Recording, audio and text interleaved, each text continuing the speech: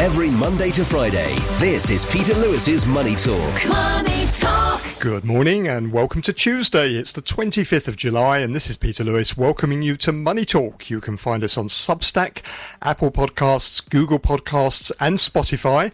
Just search for Peter Lewis's Money Talk, and thank you for making the programme one of the most listened to financial podcasts in Hong Kong and Singapore.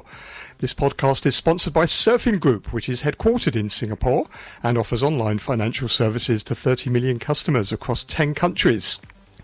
In today's business and finance headlines, China's Politburo vowed at a key economic policy meeting yesterday to spur consumer spending, tackle unemployment and give more support to the ailing property sector as the mainland economy makes what it described as a tortuous recovery from the pandemic. A readout of the gathering, published Monday by the official Xinhua news agency, said the 24-member Politburo believed that the economic recovery was making tortuous progress and it was necessary to actively expand domestic demand and expand consumption by increasing residents' income. The readout said it's necessary to boost the consumption of automobiles, electronic products and home furnishings and promote the consumption of services such as sports, leisure and cultural tourism. The Eurozone Flash Composite PMI, a measure of manufacturing and services activity in the region, dropped to an 8-month low in July. The HCOB Eurozone Composite PMI fell to 48.9, down from 49.9 in the previous month and well below market expectations. The reading marked the second successive month of the index coming in below the 50 mark, which indicates the majority of businesses are reporting an overall contraction in activity. US manufacturing activity picked up in July but remained in contraction, according to the S&P Global Flash PMI released Monday. The manufacturing PMI increased to 49 in July from a 6-month low of 46.3 in June, beating forecasts. Conversely, the services PMI was at 52.4, which was expansionary but was the lowest level in 5 months. The report noted business optimism has deteriorated sharply to the lowest level seen so far this year, and the survey said price pressures remain a major concern and further falls in the rate of inflation below 3% may prove elusive in the near term. Chinese property developer Dalian Wanda has raised $314 million through the partial sale of a subsidiary over the weekend and appears to have used the proceeds to repay a $400 million bond which matured on Sunday. Several direct investors confirmed that the bond has been repaid. On today's Money Talk, we're joined by Asian fund management industry consultant Stewart Aldcroft, Mark Michelson, chairman of the Asia CEO Forum at IMA Asia, and our US economics correspondent, writer and broadcaster Barry Wood. Peter Lewis's Money Talk. US stocks rose on Monday ahead of a busy week of central bank meetings and corporate earnings reports. Equities were also boosted by flash PMI data which showed economic activity slowed sharply in July. Investors took this as a sign that the Fed will be less likely to increase rates further after this week's anticipated rise. The Dow extended its winning streak to 11 days. That's the longest positive run since February 2017, rising 184 points or 0.5% to 35,411. The S&P 500 rose 0.4% to 4,555. Energy stocks led the gains with the sector up 1.7%. The Nasdaq Composite underperformed the broader market, adding 0.2% to 14,059. Ahead of second quarter earnings reports from Microsoft, Alphabet, Amazon and Meta in the coming days. Commentary in the US PMI survey, warning of sticky inflation, sent Treasury yields higher. The yield on the 2-year Treasury, which tends to be sensitive to changes in monetary policy, was up 8 basis points to 4.93%, and the yield on the 10-year note rose 4 basis points to 3.88%. Hong Kong stocks resumed their decline on Monday. The Hang Seng Index fell 407 points, or 2.1%, to 18,668, adding to its 1% fall last week. The tech index, which lost 2.9% last week, fell another 2.2% Monday, and on the mainland the Shanghai Composite made a marginal loss of 0.1%, closing at 3,164. That's the 5th day of losses in 6 days. Stocks of Chinese real estate developers slumped on Monday as concerns over an industry-wide debt crisis deepened and the government's stimulus measures failed to revive sentiment in the property market. The Hang Seng Mainland Properties Index closed 6.4% lower, despite Dalian Wanda repaying a $400 million bond, and despite measures announced by the Politburo on Monday to ease policy in the property sector. Country Garden, China's largest home builder, fell 8.7% to an 8-month low. Its property services wing tumbled almost 18% in Hong Kong. And JP Morgan sees 35% downside for Country Garden as it downgraded it along with Country Garden Services to underweight. And Longfor Properties fell 8.5%. But things are looking better this morning. The Nasdaq Golden Dragon China Index of US-listed Chinese stocks closed 4.3% higher last night. Hang Seng Futures are up 2%, suggesting that Hong Kong's benchmark index could open around 370 points higher. And you can get more details on the latest market movements in my daily newsletter, which you'll find at peterlewismoneytalk.substack.com.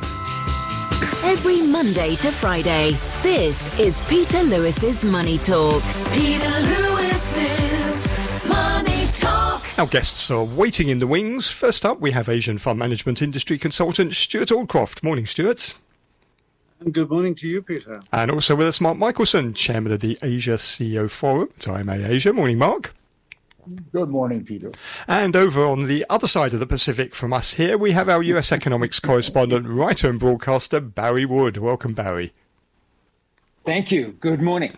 Good morning. Can I start with you, Barry? Because it's an important week of central bank meetings. We've got the Fed, the European Central Bank, the Bank of Japan, all meeting. The Fed, first of all, it's expected to raise interest rates by 25 basis points. That'll take rates to between 5.25% and 5.5%, the highest since 2001. But what everybody is wondering, and will be looking for clues in the Fed statement and Jerome Powell's comments as to whether this is the final hike of the cycle. So where do you stand on this, Barry? What do you think, and what do you think we should be looking out for from the Fed? I was stunned when I saw that the analysts, 99.4% of them surveyed, say there will be a 25 basis point hike. As to your question, is this the last one? I think Jay Powell and his colleagues will be data dependent. And they have said that there would be 2 more this year. This would be 1. So I suppose if the economy remains strong, Peter, we're probably going to have 1 more between September and December. That seems to chime with a report in the Wall Street Journal overnight. And they have quite good sources within the Fed who are saying that Fed officials are still not comfortable that they've beaten inflation and more needs to be done. Yeah, I think that's true. Look, it's sticky, isn't it, as the word of the day. Sticky inflation. But my goodness, what a dramatic decline in inflation over the past, 4 to 6 months. But I think the question that is before the FOMC is, at what point does a rising interest rate really translate into a weaker economy, causing more problems than successes? I think the successes are there for all to see. Employment continues to improve. The economy grows at a 2 to 3% rate. But at some point, does the straw on the camel's back become too much? Probably the answer is, at least from those analysts surveyed, no, not this time. We can handle 1 more.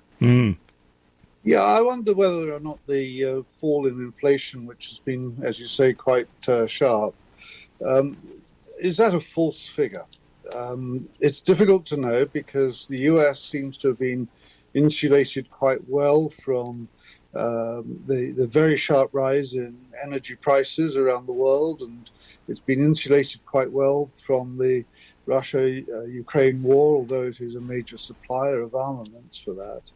But if inflation, for example, were to tick up again in the US, I think the Fed might want to have more than just 2 increases in interest rates before the end of the year. We are seeing inflation in the US at very low levels relative to most of the rest of the world. And I think that's something that is very unusual in this respect. What is notable? What is notable is that commodity prices are starting to rise once again. The Bloomberg Commodity Index has rebounded now from its year low back in May. I think it's up about 10% since then. That presumably is going to start putting more pressure on inflation again and could lead to the surprise. Yes, I would agree with that. I think that, as I say, there's been probably a slightly artificial suppression of inflation in the US, and unlike the rest of the world, where it's been much higher. I have to say that, of course, here in Hong Kong, we've also benefited from that same suppression of inflation. So we've been somewhat lucky here in Hong Kong too. I agree.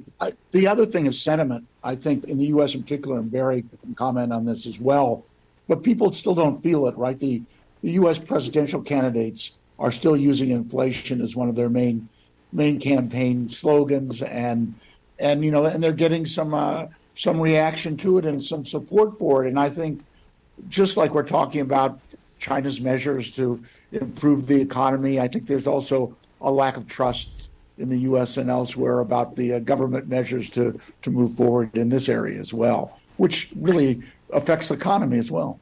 Stewart, I would challenge what you say about the figure being higher. Look, the price of eggs has come down dramatically. Yeah. Airline prices, ticket prices are down. Gasoline prices are down. Now, there's still a lot of prices that are still very high, but I think that people are beginning to see that some prices have retreated. Yes, and this is where the US has been able to benefit in a way that the rest of the world has not. And I think that the US has been somewhat isolated. One other factor that I think we should look into, and that is that it certainly would not be welcomed by Joe Biden if he does become the Democrat candidate for president next year. It will not be welcomed by him if there were to be interest rates occur in 2024. So I'm sure he will be putting pressure on the Fed to get rid of all their interest rate increases during 2023. So that's a good point. This is going to be quite a challenge, I think, for the Fed. Do they put it up another 25 basis points, maybe even 50 basis points, or even 75 basis points before the end of this year? My guess is that it will be at least a 50 basis points increase before the end of this year. What is noticeable is how the Fed, which got it wrong right at the beginning, didn't it, by saying inflation was transitory, when it clearly wasn't, and proved not to be, but then got on top of... They didn't listen to us, Peter. No, they should have been listening to this programme. Maybe they are now. But they certainly got on top of it in a way that maybe central banks like the Bank of England, which also got it wrong at the beginning, but still have got it wrong, the European Central Bank, they haven't really got on top of their inflation either. How has the Fed managed this when other central banks around the world haven't? It's just been out there much quicker than the other central banks. It's resumed its role as sort of global leader in this respect, and it's been very positive about increasing interest rates. It hasn't felt reluctant to do so. That's in sharp contrast to the way the European Central Bank has been desperately slow and very, very reluctant to increase. And the Bank of England, likewise, very slow, very reluctant, believing that any increase in interest rates would be very damaging to a very weak economy. And I think this shows the difference between the economic situation in the US, which remains and has been very strong for the last, quite a number of years, frankly, and the weakness of the European and UK economies, which are what are causing the central banks to think longer and harder and more negatively about interest rate increases. They have to do it because they need to choke off the very high inflation. It does look as though that is beginning to work in Europe and the UK, but they're still many months behind where the US is on this respect. Just to add to that, Stewart, I think one of the strengths of the Federal Reserve System is the regional bank structure. You've got people who are in San Francisco, Kansas City, Atlanta, Minneapolis, right around the country, who are very much in touch with business conditions in their region. They then bring that data into these large meetings of 20 people or so around this very large table at the Federal Reserve every 6 weeks. So I think the skill has been that Jay Powell has been able to take all those inputs and shape that into a common response. And he's held together a open market committee that does include now some people on the left that weren't there a year ago. So, yeah, I agree. I think the Fed has been ahead. They were slow, but they're doing fine now. Yeah, I don't want to be too overconfident, but because things could move very quickly. But the people that Barry was citing, the heads of the regional Feds that have been to Hong Kong over the years, have almost invariably been much more substantial in what they said about the economy and the local economy. Not just generalizations, but actually showing that they actually have some understanding of what's going on. Not that they're always right. They're not. Nobody's always right. At the same time, just a little bit more assured. And also, they seem to have more confidence in what they were saying than others who are maybe shy away from saying anything substantial at all. Yeah, I think for the benefit of our listeners, though, we should acknowledge the fact that this is a federal, not a single country type of decision, and the state of the economy in the different states around the US is vastly different. And so it is a consensus that is arrived at. The fact is that they've done extremely well, as you say, Barry, and I think that's to its credit. Let me ask you about another one of the central banks that's meeting this week, the Bank of Japan. What is interesting is that Japan's core consumer price is 3.3% now year on year in June. Inflation in Japan is now higher than in the US. And if you look at the core number, which sort of excludes food and energy, it's up over 4%. It's at a 41-year high. It's odd, isn't it, that here's the Fed raising rates, whereas the Bank of Japan seems very, very reluctant to go and tighten monetary policy. How long do you think that can continue for? Until wages really begin to rise in Japan. I think that's what Mr. Ueda is trying to achieve.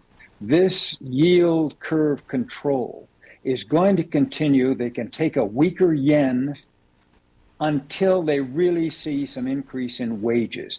I think that he can look at that inflation. Of course, he's worried about it. As you say, it's a very high number. But I think they want wages to rise, and then he'll tap the brakes. He won't hit them dramatically, but tap the brakes. Yeah, hitting dramatically is not a Japanese characteristic. But I agree. Except for Pearl Harbor. Yeah. Well, and you know how that went. But at the same time, I agree completely. I can agree with Barry. The wage increases, although they've started, which they weren't doing anything at all for a while. They're certainly not disappointing, they're disappointing. I'm sorry, not too encouraging.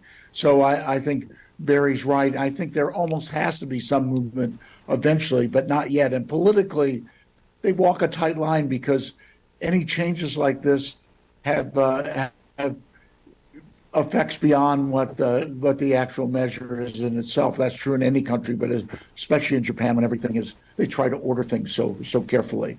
Often not with great success, but they still keep trying to do that. Is the Bank of Japan making the same mistake the Fed made, though, 15, 16 months ago, when the Fed didn't do anything when inflation was clearly rising because they wanted to see more evidence that this was really sustainable? They described it as transitory, and then we all saw them, look rather silly as a result. Is the Bank of Japan just making the same mistake now? Inflation is there. Maybe it isn't transitory, in which case they should be raising rates.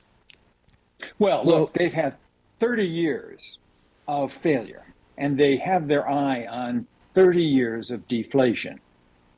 And I think that having inflation is quite a new phenomenon. Don't forget that the central bank governor is a new person in this job. I think he wants to be, as Mark was saying, this is a consensus society. He wants to be particularly careful and not move too rapidly. But the answer to your question, Peter, is yes, it's possible, but too early to say. Yeah, I'm not go ahead. sure that we could describe what the Fed has done as a mistake. That's your description. I don't think the Fed would describe it as a mistake. Yes, the Bank of Japan might move slowly, but I think if you have more than 2 years of rising inflation with zero interest rates, the very large pool of savers in Japan, and remember the age range of these is very high, and so many people just depend on some sort of income from their savings, they're going to start getting a little bit uppity about it. And I think that's something that the government will probably be keeping a very close eye on. That's certainly one of the factors. And we've heard a lot about balance sheet recessions again lately from Richard Koo and from others. The Japanese sort of remember that, and they don't want to keep being reminded, as Barry has suggested. And this is one of the factors weighing on their decision making. Let's turn our attention to China. There was a Politburo meeting yesterday. They vowed at the end of that to spur consumer spending, tackle unemployment and give more support to the property sector. They described the recovery as tortuous, a word we haven't heard them use before in talking about the state of the economy. So they were talking about boosting consumption of automobiles, electronic products, home furnishings, also services as well. We've had a long line of stimulus measures announced over the last week. I've sort of lost count of them all, but there was an 11-point plan from the Commerce Ministry to boost domestic consumption of household goods, from the Central Planner, a 10-step plan to increase car purchases. And then we had one on Friday to go and stimulate the property market. I think that was a 31-point plan. Mark, let me ask you, are your businesses seeing all of these announcements? Are they becoming more confident now that the Politburo and the government is on top of things and the recovery now can sort of gain some traction? I think the answer is no. At least not at this point, because it's been all over the place. And it's the announcement was not many details, as has been pointed out by many commentators as well. It's nice to boost autos and electronics and home furnishing, which are all businesses that are part of our forum, and they're happy to see that, but they haven't seen much boost to that yet. And so the worry is still there. We're about to do a session that I'd planned for some time, navigating uneven growth. And I'd planned that after the pandemic, thinking we'd be talking about the rest of Asia and not China. Instead, it's going to focus more on China than the rest of Asia for exactly the issues you just cited. You need to rename that seminar, that session, to Navigating Tortuous Growth. That seems to be yes, that's right. That seems to be the latest word. So I don't want to touch that. The other thing I just was going to mention, it's interesting that in the statement there also was an encouragement of increasing international trade investment, and specifically international flights, which I don't know if that's a main indicator, but it's indicative. And just to give you a number, as of June, I think China's flights to the U.S. have reached 6% of what they had been in 2019. Wow. And I know the U.S. is a little outlier on that, but that just shows you, it's indicative of what's going on, I think, to some extent. Yeah, I think that the statement is probably very guarded, because the situation in China is probably a little bit worse than many people think. The property market is in an absolute disaster as a situation, and although we've not yet seen proper collapses, I think there are clear danger signals that there could be some serious property collapses. I'm more bothered about the auto industry. It is building cars that people are not necessarily wanting to buy. And it's beginning to look very much like the bicycle industry of maybe 10 years ago, when China started making millions and millions of bicycles, mainly for the sort of city centre free bicycle ride sort of industry. And then what we saw were bicycles dumped on every street corner and every river. So I'm a bit bothered that how many people are going to be buying cars from China albeit that they will be very cheap, but the consumer is not terribly interested, and there's no evidence that the consumers really want any of the very cheap cars, which are what they're trying to export. The more expensive cars coming out of China are fine, and I don't think we need to think about that too carefully, but it's the cheap cars that are the worry. And I think and the volumes are just, they talk about these volumes, they're incredible numbers, but they're just, I just don't think they're going to make it. It's also a bit odd, isn't it, that the government feels that it can dictate which things you really ought to be buying. Buy more cars, buy more electronic products, buy some cultural goods and things. People consume things that they really, really want. They don't really follow government advice on, today's the day to go and buy some more furniture or something like that. No, I don't entirely agree with you there, Peter, because in China people are very, very disciplined, and they do do what the government tells them within their ability to do so. Now, of course, when you start talking about big ticket items, that's beyond their ability in some instances. But if it's political things, where it's low ticket items, people will be very disciplined and do what the government tell them within. Peter, I think your question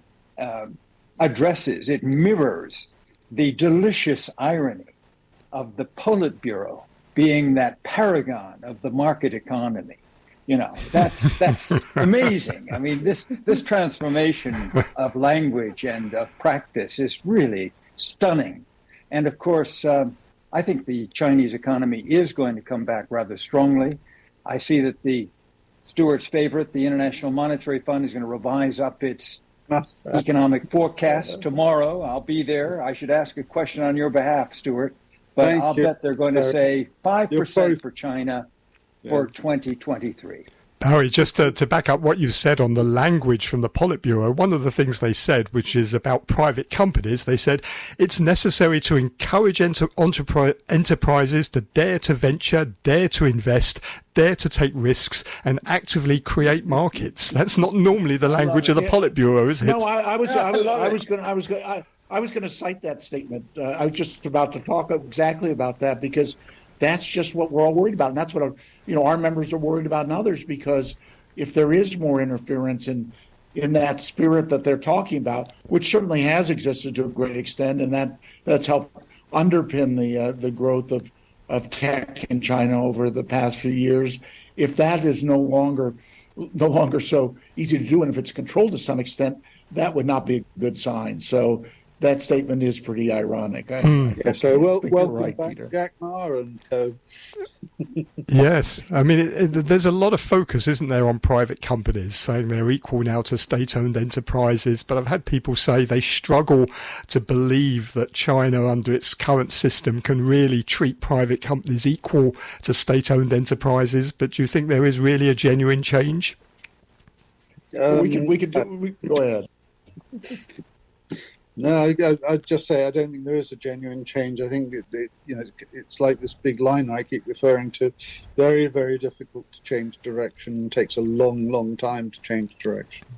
Okay, Matt. I hope there is, but we could do a whole program on private companies and defining them, because it's very challenging, to say the least. Well, we might do that. Look, we've got 8 minutes left. I'm going to ask each of you one in time about the various PMI surveys that we've had. I'm going to ask you, Barry, about the US. Perhaps, Stewart, you could do the UK and Europe, and Mark, you can comment on Japan. But Barry, we had the PMI data out there. It showed manufacturing improving, although still in contraction, but services pulling back in July, and it was falling to a multi-month low. What was interesting was the commentary in the PMI talking about sticky inflation, and that was a concern. They said the survey index of selling prices, which has been a reliable indicator of consumer price inflation, is sending a worrying signal that further falls in the rate of inflation below 3% may prove elusive in the near term.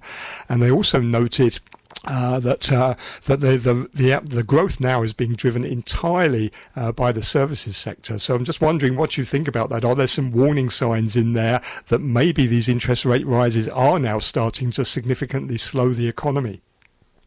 That could be. I think it's too early to say, but I will observe that the earnings reports that are coming this week and next will be quite important because they will reveal something of how companies are looking into the last quarter of 23 and the first quarter of 24. Do they see a dramatically slowing economy? That'll be revealed in the next few days. We also have a problem of potential strikes because UPS, the United Parcel Service, based in Atlanta, they're making a lot of noises about going on strike. And along with FedEx, they are really the ones delivering Amazon products to people's doors. I'm aware that Amazon now has its own fleet of delivery vehicles, but those two big companies, FedEx and UPS, are the dominant ones. Also, airline pilots are unhappy, and they could strike. And then, of course, you've got the writers in Hollywood and the actors. So that's not going to be good news for Joe Biden if any of those strikes develop. Just to comment quickly on what Barry said, I agree completely.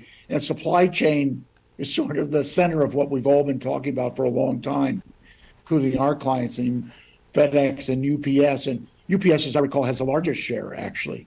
FedEx is number 2. Amazon is a distant third. But there's not enough to make up for it if FedEx goes on strike.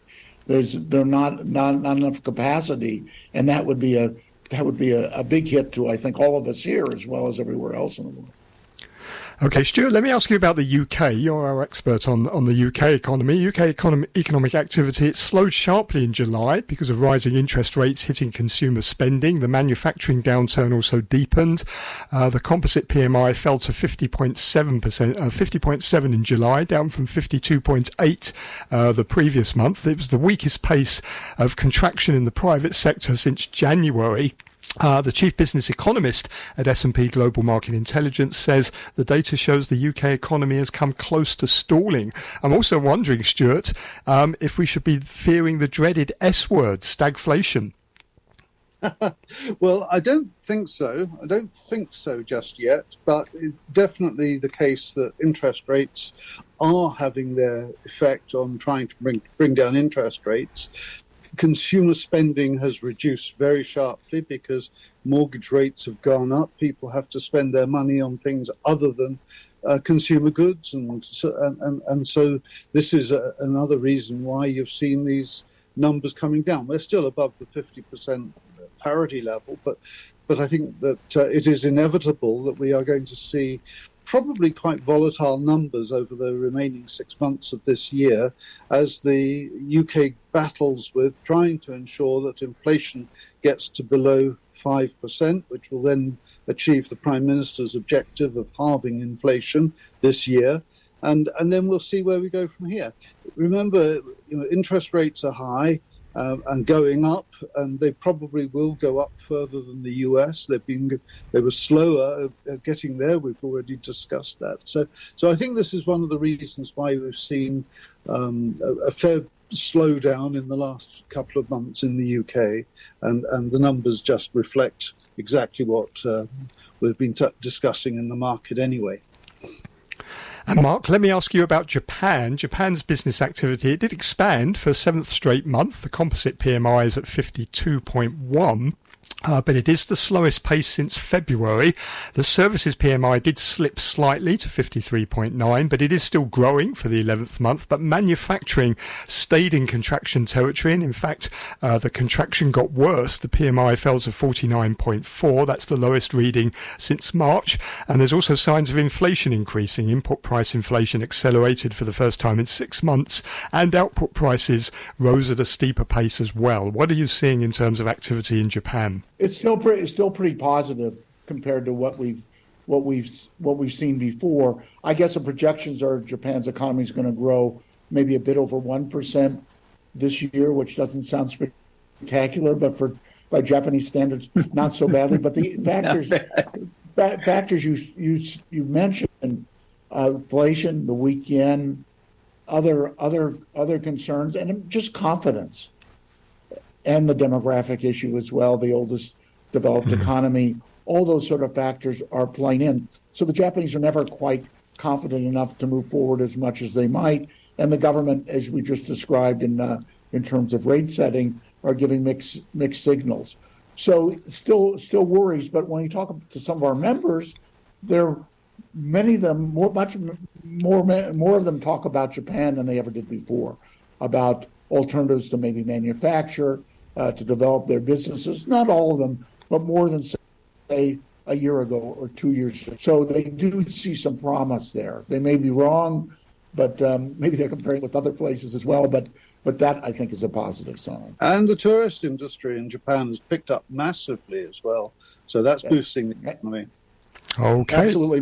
My son is there now and can hardly move because there's so many people he has to move to. It's where all the Hong Kong people are right now, I think. Yeah, okay, well, right. thank you very much. Good to hear all your thoughts this morning. That was Mark Michelson, Chairman of the Asia CEO Forum at IMA Asia. You also heard Barry Wood, our US Economics Correspondent over in Washington, D.C., and Asian Fund Management Industry Consultant, Stewart Aldcroft. Peter Lewis's Money Talk. Thank you for listening to Money Talk this morning. You can find more business and finance information from around Asia in my daily newsletter, which is at peterlewismoneytalk.substack.com. On tomorrow's programme, I'm joined by Enzio Von File, founder of Financial Shield, and Carlos Casanova, senior Asia economist at UBP. With a view from Japan is John Byrne, vice chair of research at the Asian Development Bank Institute. Have a good Tuesday. Money Talk